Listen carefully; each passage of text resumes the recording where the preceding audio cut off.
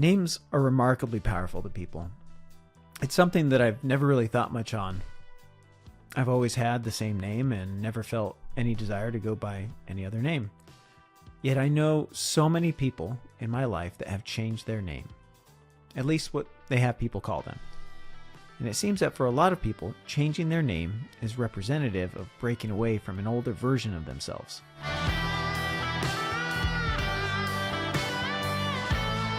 When I was younger, I used to watch a popular Japanese anime movie called Spirited Away. I'm not generally a fan of that genre, but this particular film is a standout for me. It's steeped in Japanese cultural references from the past and has themes of childhood, modernization, gluttony, and more.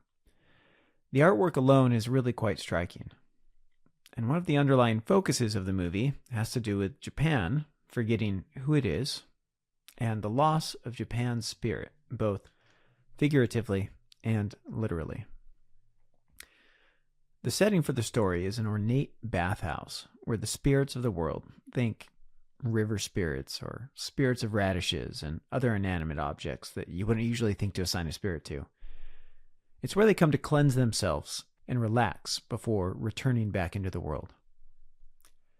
The main character is a little girl who accidentally wanders into this spirit realm with her parents. And shortly after arriving in this strange place, the girl's parents are turned into pigs, and she finds herself working as a servant in the bathhouse. The overall plot line centers around her efforts to save her parents and to escape the bathhouse. It's a strange movie, but it's strange in a beautiful way. The bathhouse is controlled by a witch who's not exactly evil incarnate, but is definitely selfish. In order to control the spirits and people that work for her, she makes them sign a contract when they first come asking for a job.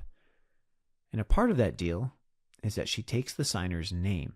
Soon after, the person or spirit who signed the contract begins to forget their own name, and once they've forgotten it completely, the witch gains power to control them.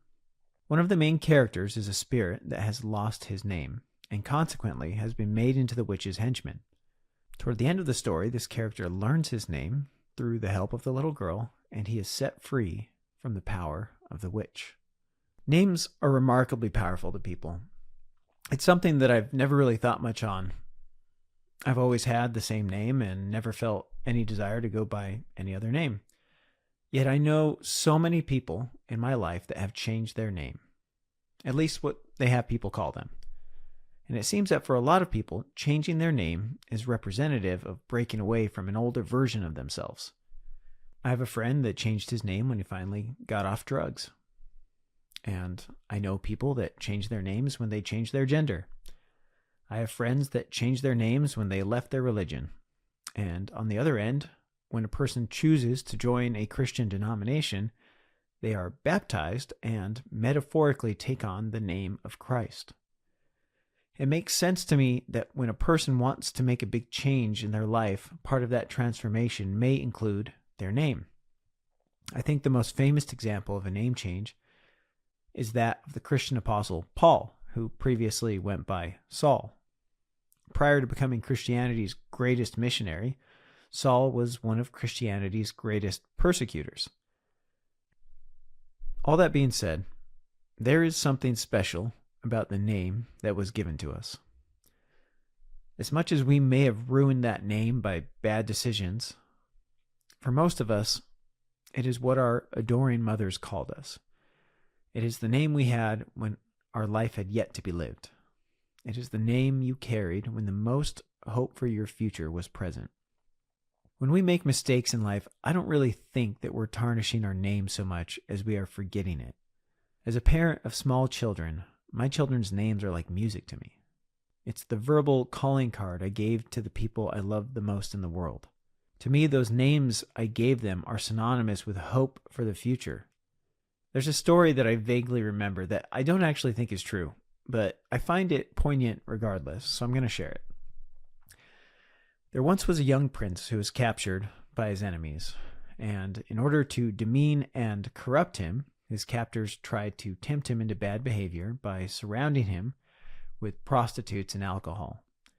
In spite of many months of exposure, this young prince successfully resisted those temptations to the dismay of his enemies. When he was asked why he never did succumb, his response was, "I was born to be a king." The rest of us may not have been born to be kings, but I believe that we were all born to be similarly important to other people in our lives.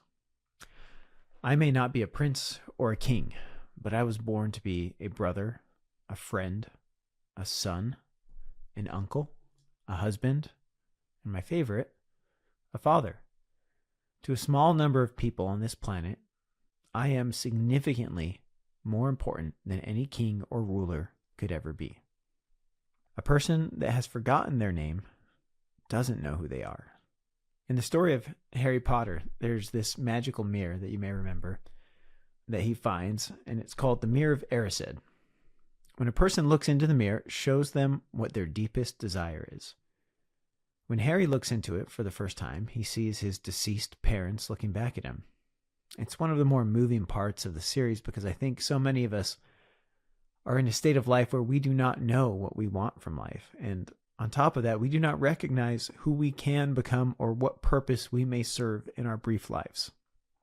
When we have forgotten our name, we haven't just fallen into a state of confusion over what we want, but we have forgotten who we can become or lost faith in that vision. To know our name is more than a single moment when we find our purpose, but a continuous journey of striving to be better than the day before. I wish there was a mirror that could show us who we really are. But who we are is better defined by the courage that we have to continually manifest in pursuit of our greatest potential. Our name is not the thousands of mistakes that we have made and will continue to make, but it is the thousands of actions we have taken and will continue to take to step forward in our lives. So what is your name, and have you forgotten it? Has selfishness and bad decisions taken your name from you? In 1972, there was a 7-year-old boy named Steven Stainer who was kidnapped while walking home. Shortly after his abduction, his captor, a man named Kenneth Parnell, told him that his family could no longer afford him because they had too many children.